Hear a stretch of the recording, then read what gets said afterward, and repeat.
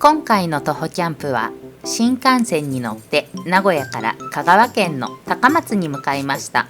高松から高速船に乗って猫の島の小木島へ上陸。猫ちゃんに会えるカフェを楽しんでからキャンプ場まで徒歩30分。目の前が海の大自然を感じながらキャンプを楽しんで恒例の昼寝でくつろいでます。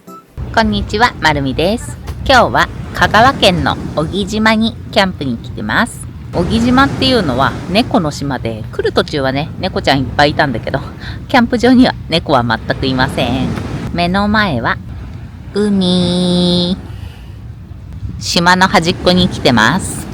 海なので今気温は23度でそんなに寒くないけど、風があるのでね長袖を着ました。もう夕方なのでそろそろ焚き火の準備を始めます。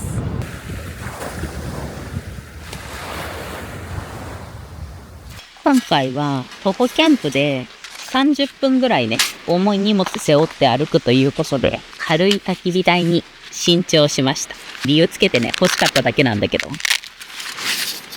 こんな感じだ。ミニ焚き火台チタンだからねめっちゃ軽いんですよ。初めて使うからね今すごい綺麗。ちょっと前にボックスストーブが楽しすぎて、こういうねボックスストーブタイプの焚き火台にしました。全部はめて OK。 おーかっこいい。今回はね炭でね料理で使いたいので、なんだっけこれいつも名前忘れちゃうんだよな。赤坂サカスみたいなやつ、ロゴスの。ここだと低すぎるかな。ここだとちょっと低すぎるから、拾ってきた木をね下に入れて底上げします。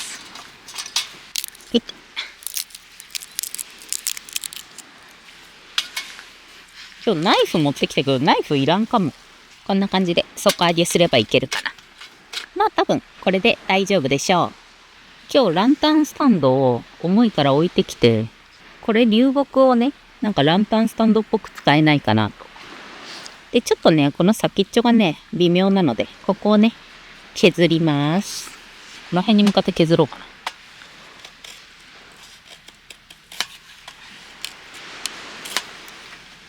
なんかとりあえず尖らせとけば刺さるかなと思って。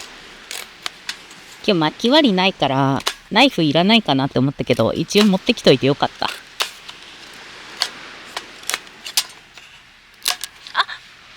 先っちょ全部吹っ飛んじゃった意外とこれ難しいな。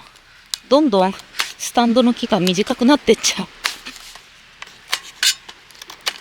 こんなもんでいいかな、斜め具合。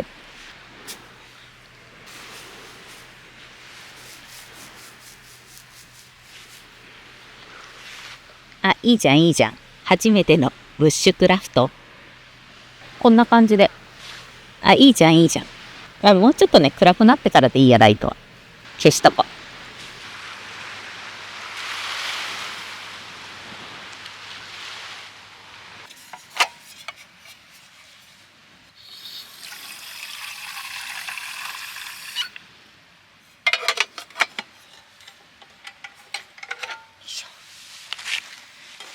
今日の夕飯はカレー。超手抜き。さっきの汲んできた水道は飲み水には一回沸かさないとねあんまよろしくないみたいで、だからペットボトルのお水でね飲み水とかはやってるんだけど、こういうルー温めたりとか、ついでにゆで卵作るぐらいはさっきのお水でいけそうです。で蓋をしてご飯を炊きます。安定の無洗米。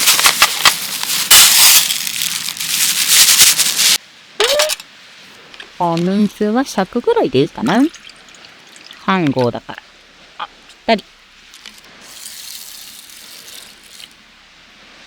よし、これで吸水させるために放置します。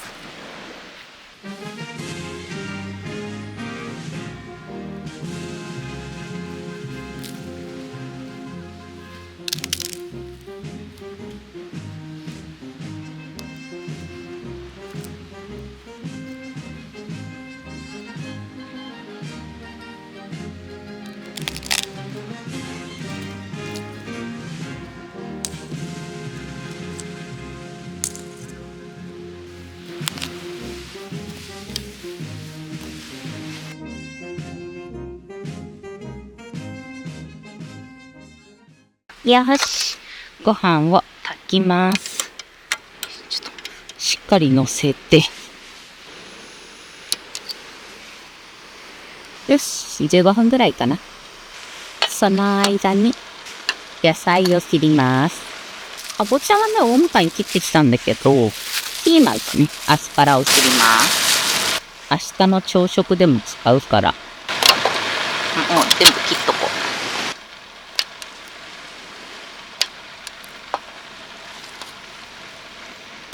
オッケーじゃない。全然芯切れてなかったわ。少なかった。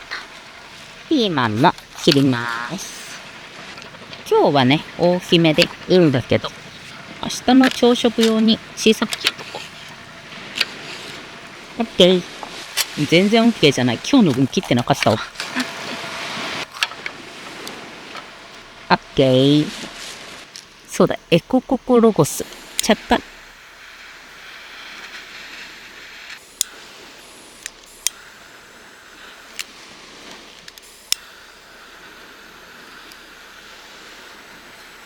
これ火ついちゃえばね、すごい早いんだけど、火がなかなかつかんのよね。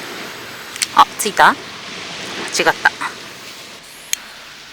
頑張れ。あ、ついた。オッケー。結構やばいぐらい燃えてる。ちょっとね、これはこのまま放置します。よし、落ち着いてきてよかった。熱い。かぼちゃ。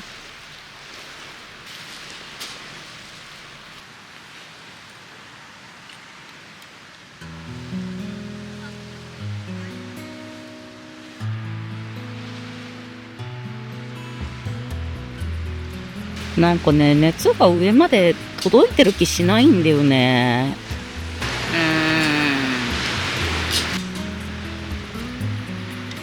これ炭だから直で焼いてみてみよう。炭は直で焼いてもいけるはず。間違ったことやってるかな。いや、なんか焦げるだけっぽいな。ちょっと保留。ご飯が炊けたっぽい。いけたかな。あれ、まだ全然だった。嘘、15分測ったのに。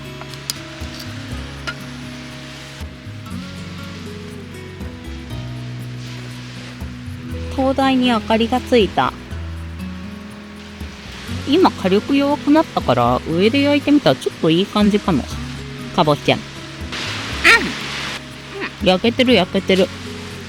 炭の上で直接焼いちゃおう。美味しい。甘くて。ピーマンもね、炭で直で焼きます。かぼちゃね、ふっくらしてすごい美味しい。よし、いけたかな。もういいでしょう、きっと。追加でだいぶ火入れたから。多分炊けてるね。このまま蒸らします。よかった。アスパラは直でいけるかな。穴に折っちゃいそうだけど、ピーマンはね、結構いい感じに焼けました。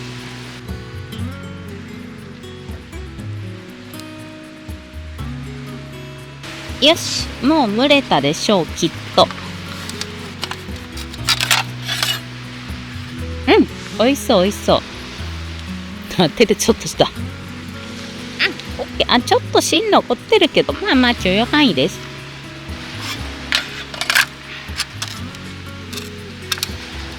全然美味しそう。ちゃんとご飯。ここにカレーのルーを入れて。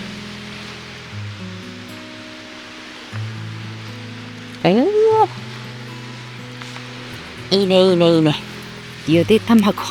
熱い。いや、切らずにもう入れちゃおう、このまま。かわいい。ゆで卵がお風呂に入ってるみたい。かわいい。で、さっき焼いた野菜を入れて。盛り付けのセンスがゼロすぎる。なんかちょっと見た目悪いんだけど、むしろ。アスパラしなびちゃったな。簡単レトルト夏野菜から野菜カレー完成です。見た目はマジで毎回まずそう。いただきます。美味しい美味しい。やっぱキャンプといえばカレーやね。野菜はちょっとしなびた味がします。でも十分美味しい。まあレトルトだからまずいわけがないのよ。なんかこの卵めちゃくちゃ大きいんだけど。カチカチ。個人的には半熟派なんだけどね。まあちゃんと無事火が通ってよかったです。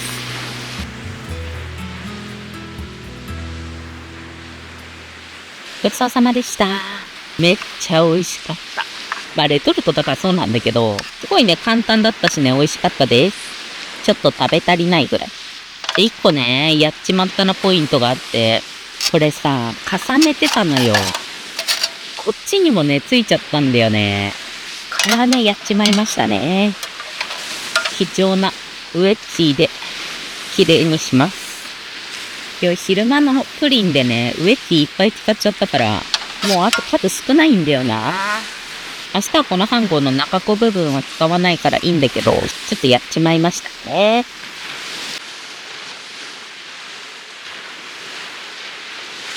焚き火をやります。もうこのね、残った火で多分楽しめるでしょう。じゃあ焚き火を楽しみながら飲んじゃいます。はい、乾杯。うまっ。意外と冷えてるな。保冷バッグ頑張ってくれてる。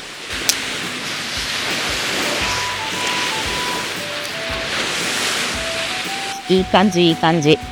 火力あるうちに太い薪入れそこ。薪じゃないけど。おお、すごい。なんか自然を感じるな。拾った枝で焚き火して、拾った流木でランタンフック作って、なんかすごいキャンプを感じてる。やばい、火消えないで。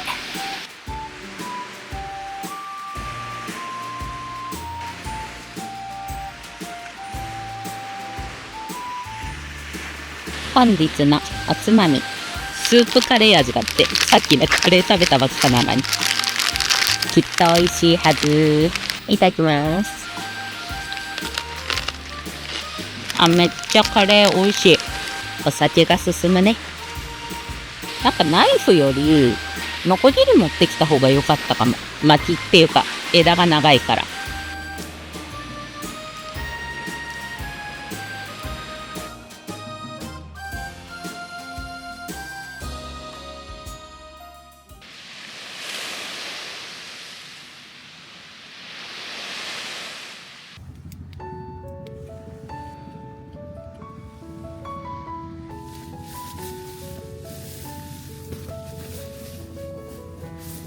今テントに入りました。もうね時間がね結構いい時間なので、そろそろ寝ます。明日朝4時半にね起きて、ちょっとね日の出を見たいなと思うので、今日は早めに寝ます。おやすみなさい。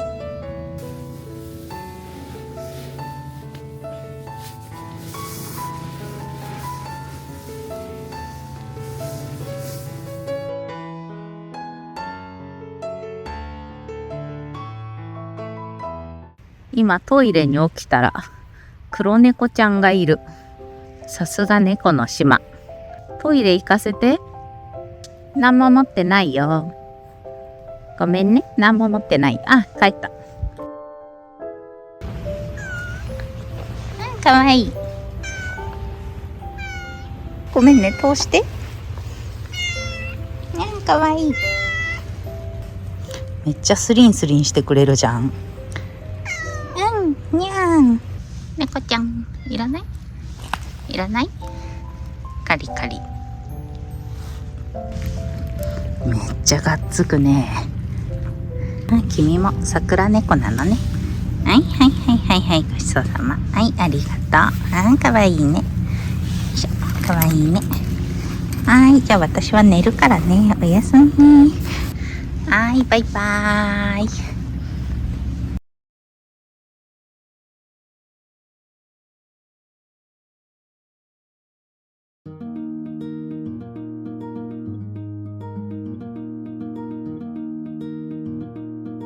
はようございます。今朝日見た後に二度寝したら中が暑くて汗だくで起きました。もうダウンじゃ暑かったです。夜はね半袖でダウンでちょうどよかったけど、今この日出てる時間はめちゃくちゃ暑いですね。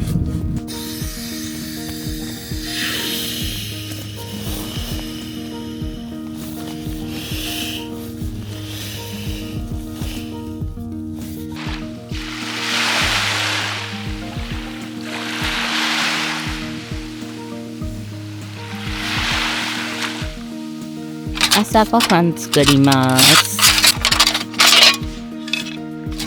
今日の朝はパスタ。野菜を入れて、昨日野菜切っといて本当に良かった。一部切ってない野菜切らないと。なんで朝からこんなにめんどくさいご飯作ることにしちゃったんだろ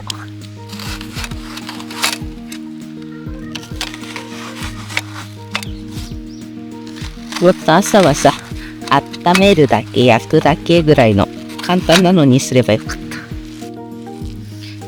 た。朝ごはんもさ、ちゃんとしたご飯作りたいって毎回思うんだけど、毎回ね朝作る時間になるとめんどくさって思っちゃう。具だくさんすぎるかな。まあいっか、お腹減るよりいいしね。先に油をかけておいて、でさっと炒める。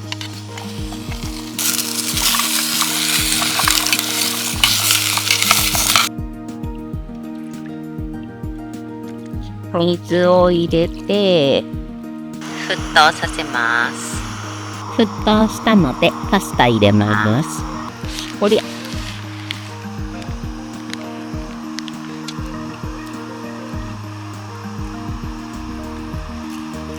パスタキューブ、鍋キューブみたいな感じでこれ入れるだけでいいんだって。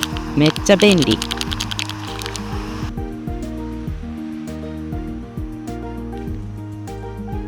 麺の茹で時間が超えたので今から混ぜながら水分を飛ばします。朝ごはんのパスタができました。いただきます。作る前はめんどくさいって文句言ってたけど、こうやって見るとねやっぱ美味しそうで作ってよかったって思う。単純。いただきます。野菜もちゃんとトロトロになってる。おいしいおいしい。水分はねちょっと残る程度って書いてあったけど、どう見てもスープパスタぐらい水分ありますね。でも美味しいからいいや。なんか和風なスープパスタって感じ。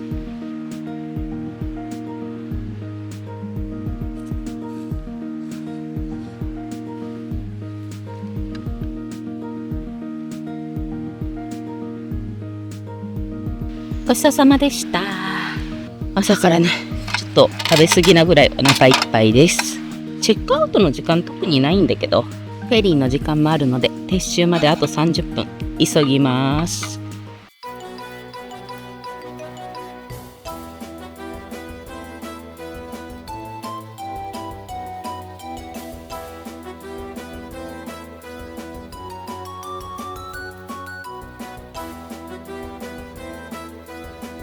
撤収完了しました。さてと、海ともお別れです。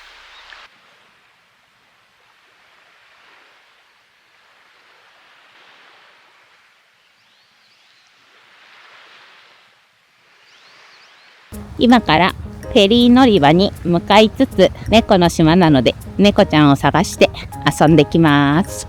ご飯食べたから荷物減るかと思ったのに重さがほぼ変わらないです。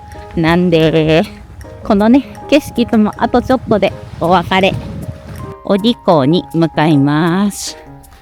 今現在地がここで、小木港はね地図に載ってないぐらい下です。坂道がやっとそろそろ終わりそう。何？雲？あれ？めっちゃでかいバッタいる。葉っぱに紛れて。怖っ。でかっ。バッタとイナゴって違うよね。なんか昔小学校の頃にイナゴの佃煮を持ってきた子がいて、おばあちゃんが作ったからクラス全員分ありますって。いやって思いながら食べて案外美味しかった。案外美味しかったけど味はね、味付けがまた食べたいとは思えない。あ、ワンちゃんかわいい。こんにちは。あ、かわいい。キャンプしてきました。キャンプやってた。はい。尻尾がキツネみたい、ふわふわでかわいい。猫の島でワンちゃんに会えた。そう、昨日猫ちゃん一匹いたんですよ、灯台に。灯台猫。黒猫の小柄な子がいて。見かけないとかってね、ブログでは読んでそれは見たことない。そう、でも昨日行ったんですよ。昨日の夜、本当夜中にトイレに起きて、ライトつけたら目が光ってて、最初イノシシかと思ったんですけど、イノシシは来る。あ、来るらしいですね。イノシシはいなくて、その黒猫ちゃんがいて、でもちゃんと耳もカットされた子でした。あ、そう。あ、猫が向こうまで行くことはめっちゃ珍しいね。ついてきたんかな。向こう行ってもほら、何も餌がないからね。ああ、確かに。人もいないですしね。バイバイ。バイバイ。はい。気をつけてね。はい、ありがとうございます。また来ます。楽しかったね、ここ。今、小木島港に向かってます。30分も歩いたかなっていう体感です。ただね、思ったより登りが多くて疲れた。フェリーのね、時間までまだあと1時間15分あるから、その辺に猫ちゃんがいたら戯れたいな。暑すぎるので、昨日行ったところにかき氷をもう一度求めに行きます。行動食。行動食。かき氷行動食って斬新。ちょっと、本当にここ坂道がひどいよ。そうだ、ここの坂道が一番きついんだ。はあ、ここやばい。登山だって、この登山よりすごいって。ほら。カフェがね、開いてたけど、店員さんがいなくて、休憩所として使っていいみたいなので、その間猫ちゃんと遊んでます。あ、食べる？